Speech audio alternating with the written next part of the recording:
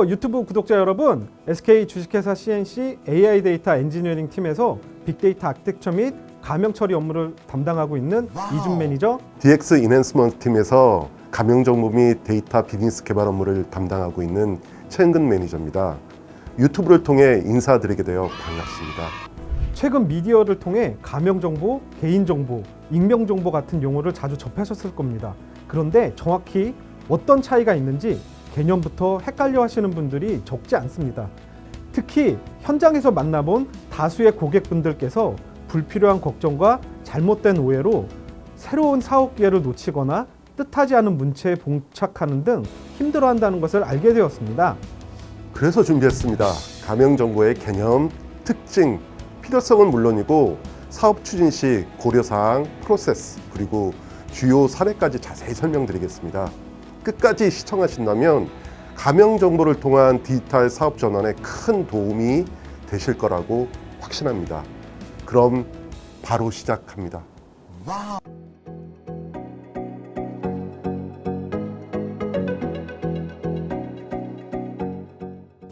가명정보의 개념을 이해하기에 앞서 개인정보와 비개인정보의 차이부터 먼저 설명드리겠습니다.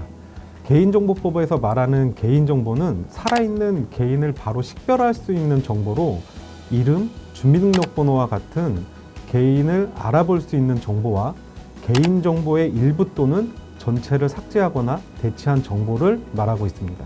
반면에 비개인정보는 시간, 비용, 기술 등 합리적으로 고려했을 때 특정 개인을 식별할 수 없는 정보입니다.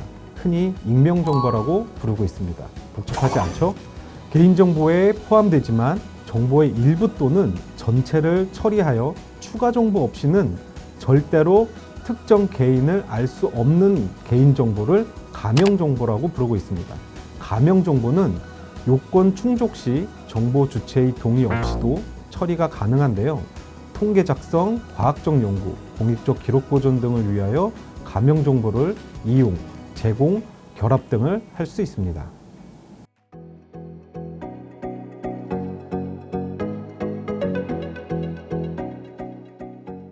그림에서 분신술을 쓰는 주인공이 보이시나요?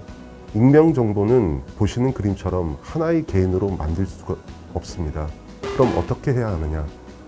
개인을 특별할 수 없는 정보가 K만큼 있어야 특정한 의미가 생깁니다. 이를 K-익명성이라고 합니다. 데이터셋의 준식별자의 모든 가능한 조합에 해당하는 데이터 개수가 최소 K개 이상 되어야 한다는 조건을 뜻합니다. 반면 가명 정보는 어떨까요? 가명 정보는 익명 정보에 비해 비식별화 정도가 낮을 뿐 아니라 개인 정보와 1:1 대응 관계를 유지함으로써 데이터 활용 수준이 높은 특징이 있습니다. 가명 정보는 가명 처리 수준, 곧 비식별화 정도에 따라 사용 여부가 가능해집니다. 개인정보 속성에 대한 비식별화에 따라 가명 정보 또는 익명 정보로 사용 여부를 판단하는 거죠. 결론적으로 가명 정보는 개인을 특정할 수 없다는 점에서는 익명 정보와 비슷해 보이지만 개인 정보와 1:1 대응 관계가 뒷받침된다는 정보 측면에서 익명 정보보다는 더 유용하고 가치 있는 정보라고 할 수 있습니다.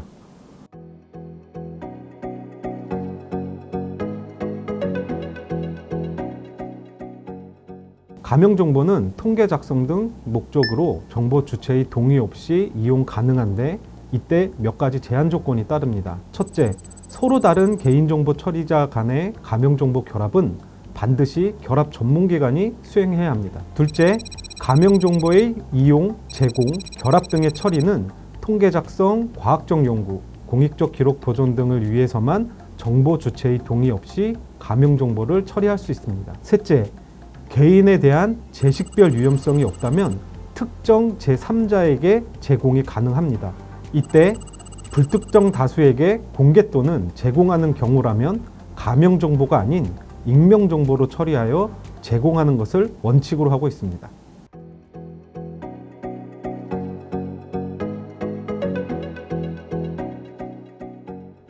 그럼 가명 정보는 왜 필요한 것일까요?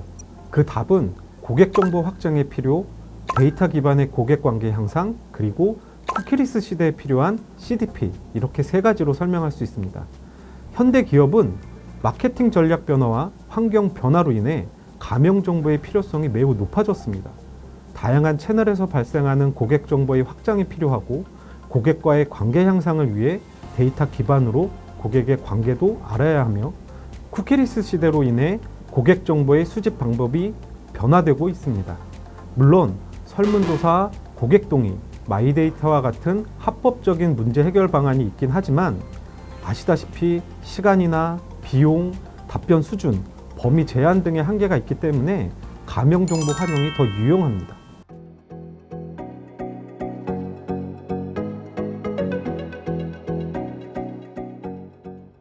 예를 들어 보겠습니다. 지금 보시는 각 그림들을 서로 다른 기업들이 보고 있다면 어떻게 생각할까요? A 기업이 알고 있는 화가, 그러니까 일종의 고객의 성향은 평화를 중시한다고 생각할 것이고, B 기업은 환경오염, C 기업은 희망, D 기업은 남인에 대한 이해를 중요시한다고 생각할 것입니다. 그런데 이 그림들은 모두 뱅크시라는 한 화가의 그림입니다. 뱅크시는 반전주의, 탈권위주의, 진보주의, 반자본주의 등 다양한 정치, 사회 주제로 그림을 그리는 화가죠. 이와 같이 가명정보 결합을 하게 되면 다른 기업에 있는 고객 정보를 가명으로 연결해 고객 정보의 스펙트럼을 확장시킴으로써 고객을 더 잘 알 수 있게 됩니다.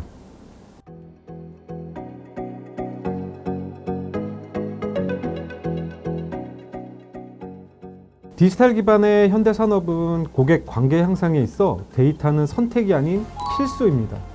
고객 관계 관점의 구축이 비즈니스에 필요한 것이죠. 고객 참여를 위한 데이터 기반의 접근 방법을 만들고 적절한 플랫폼을 선정하여 고객의 경험을 개인화합니다. 더불어 우수한 고객의 이익을 향상시키는 것도 중요합니다. 앞으로 기업의 경쟁력은 관계의 크기, 깊이, 그리고 이해 관계자들의 신뢰의 크기가 될 것입니다. 그렇기 때문에 고객과의 관계를 향상하는데 가명 정보는 매우 현실적이고 효과적인 도구가 될 것으로 믿습니다.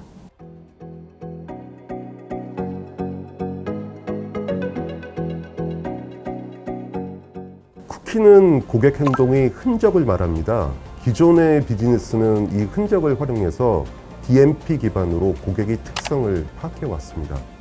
그러나 이제 고객의 동의 없는 쿠키를 제공하지 않는, 즉 쿠키리스 시대가 시작되고 있습니다.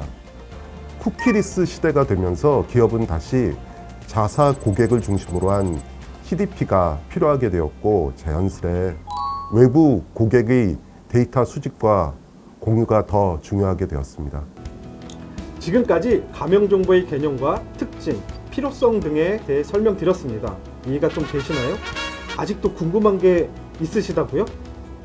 그렇다면 이어지는 영상에서 가명 정보 기반의 사업을 할 때 고려할 사항, 사업의 유형, 실제 사례 등에 대해 자세히 설명드리겠습니다.